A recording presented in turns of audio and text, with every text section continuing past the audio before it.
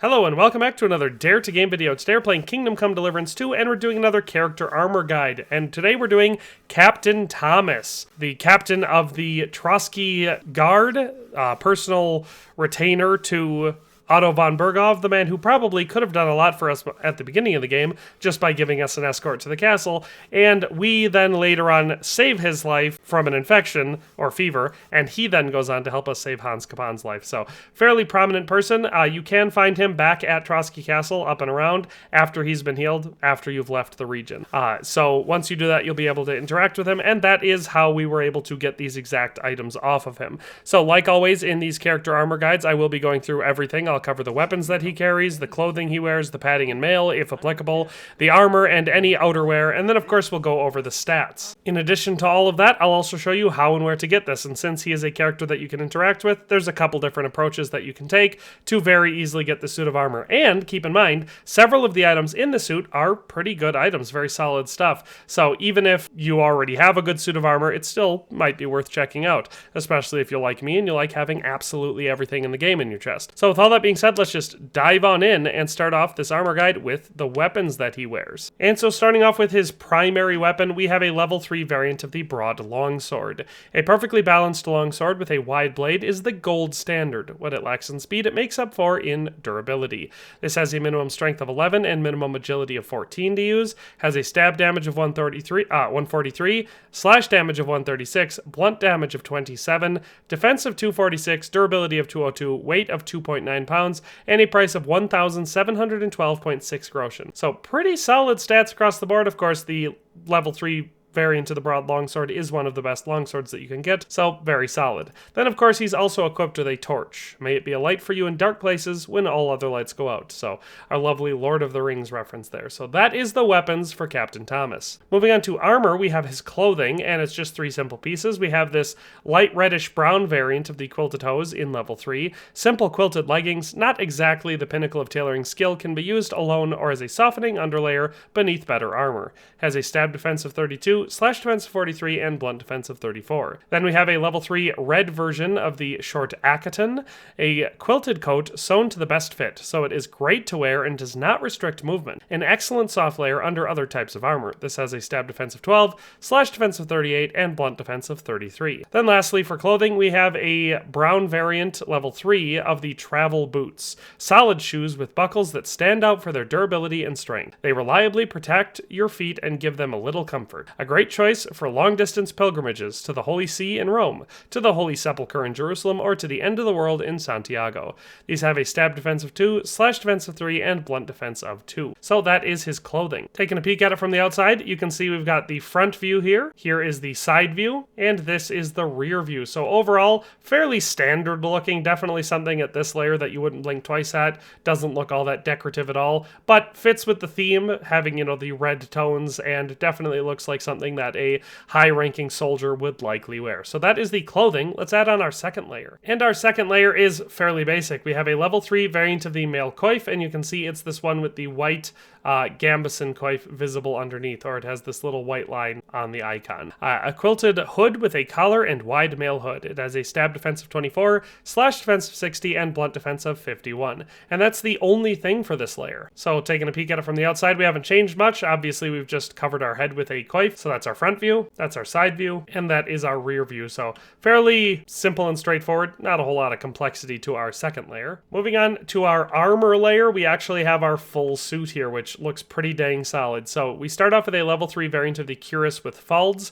this one having the red folds on the bottom, which you can see right here and on the icon. The metal cuirass with folded folds creates excellent protection for the torso and groin of the knight. The folds are also made from slats, so they can be easily moved and worn on a horse. This has a stab defense of 132, slash defense of 97, and blunt defense of 34. Then we have the red level 3 variant of the Silesian Brigandine sleeves. Arm and forearm guards composed of leather parts with hardened lamellae and plate counters and pauldrons. It has a stab defense of 126, slash defense of 92, and blunt defense of 33. For our gloves, we have the Milanese gauntlets, also at level 3. Fingered gauntlets in a typical hourglass shape. The individual fingers are protect a series of folded iron slats. Interesting. interesting wording there. We have a stab defense of 124, slash defense of 90, and blunt defense of 33. Our legs are protected by the red variant, once again level 3, of the Noble Brigandine legs, a full leg protection of a newer type formed by the combination of lameral and plate armor.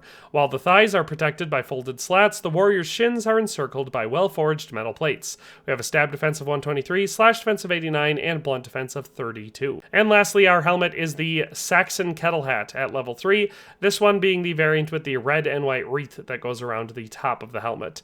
An iron hat forged from a single piece of sheet metal so that it is lighter and at the same time can withstand all kinds of blows. One of the finest helmets a simple squire can afford.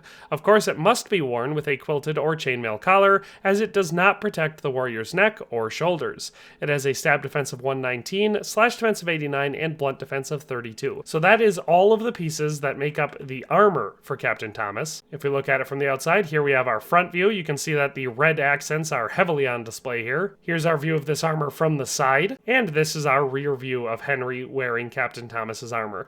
I love that our belt there has some fairly distinctive crests on it that I quite enjoy. So that is the third layer of Captain Thomas's armor. We do have a piece of outerwear to put it all together, so let's try that on now. And that outerwear is a level 3 variant of the Knight's Waffenrock with Lord Otto von Bergov's crest on it, or coat of arms I should say. So fairly good looking, definitely ties it all together in my opinion. It says the Waffenrock is a loose outer garment, usually linen, worn over armor. It carried the colors of the lord, town, or ruler the wearer bore allegiance to, and as such was the precursor of the military uniform. It also protects its wearer's armor from dust and harsh sun. Here we have a stab defense of 2, slash defense of 3, and blunt defense of 4. So for a final look from the outside, here we have the front of Captain Thomas's armor. I think it looks pretty solid. Definitely appropriate for a high-ranking captain of the guard. So there's the front view, there's our side view, and there is the rear view. Moving on from there to stats, we're going to be including all of the armor except for Godwin's ring because that's not part of it, all of the armor and clothing we're wearing, and the 2 weapons, the broadlog sword and the torch.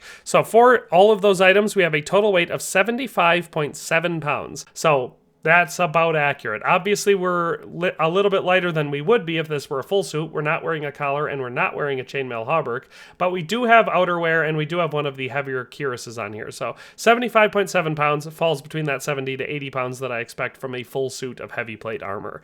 Moving on to value, once again, all of these items and the sword and the torch, we have a total value of 15,505.2 groschen. So definitely appropriate. It is actually a bit cheaper than you'd think, considering these are some pretty solid items, but more appropriate for a, again, high-ranking soldier, a captain of the guard, who is not a nobleman, but is very wealthy and is in a respected position compared to the vast majority of the guards that will serve around him.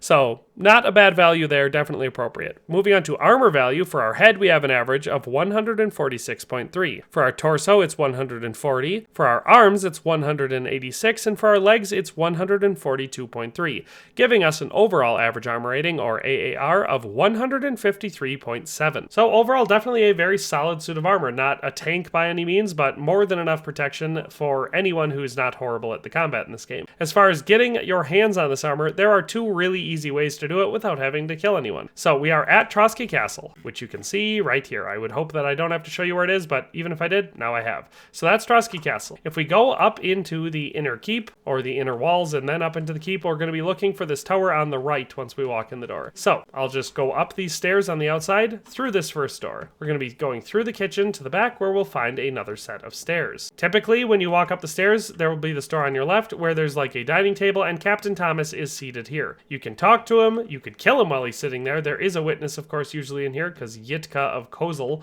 is in here, but typically, after a while, he will stand up and walk. So if you don't want to just murder him and take his stuff, he will walk and usually later in the day walk upstairs to his bedroom, which is on the opposite side of this room. So you'll have to go through this hard locked door, which he will open for you, or if you have to lockpick it, then, so be it. And once we've lockpicked the door, we can go inside. At night, he'll be sleeping on this bed, so we can pickpocket him potentially, and then go into this chest to get his stuff. So let's wait until night so I can show you that. All right, and so we've waited till nighttime, so we're going to go back to that door that I showed you. We're going to once again pick the lock to get inside. Once we're inside, you can see him sleeping on that bed, so we're going to close the door behind us. Here you have a number of options. You could kill him, knock him out, whatever you want to do. Like I said, we're going to want to get into this chest, which is very hard locked, so the easiest way to do that is to just pickpocket the key off of him, unless you can just lockpick it, which of course you could. We're going to go ahead and take his groschen and that key. Once we've got the key, we can just unlock and open the chest. Inside, you'll find all of the stuff that I showed you. So the broad longsword, his mail coif, Saxon kettle hat, Kirithwald's knight's Waffenrock, the short Akaton,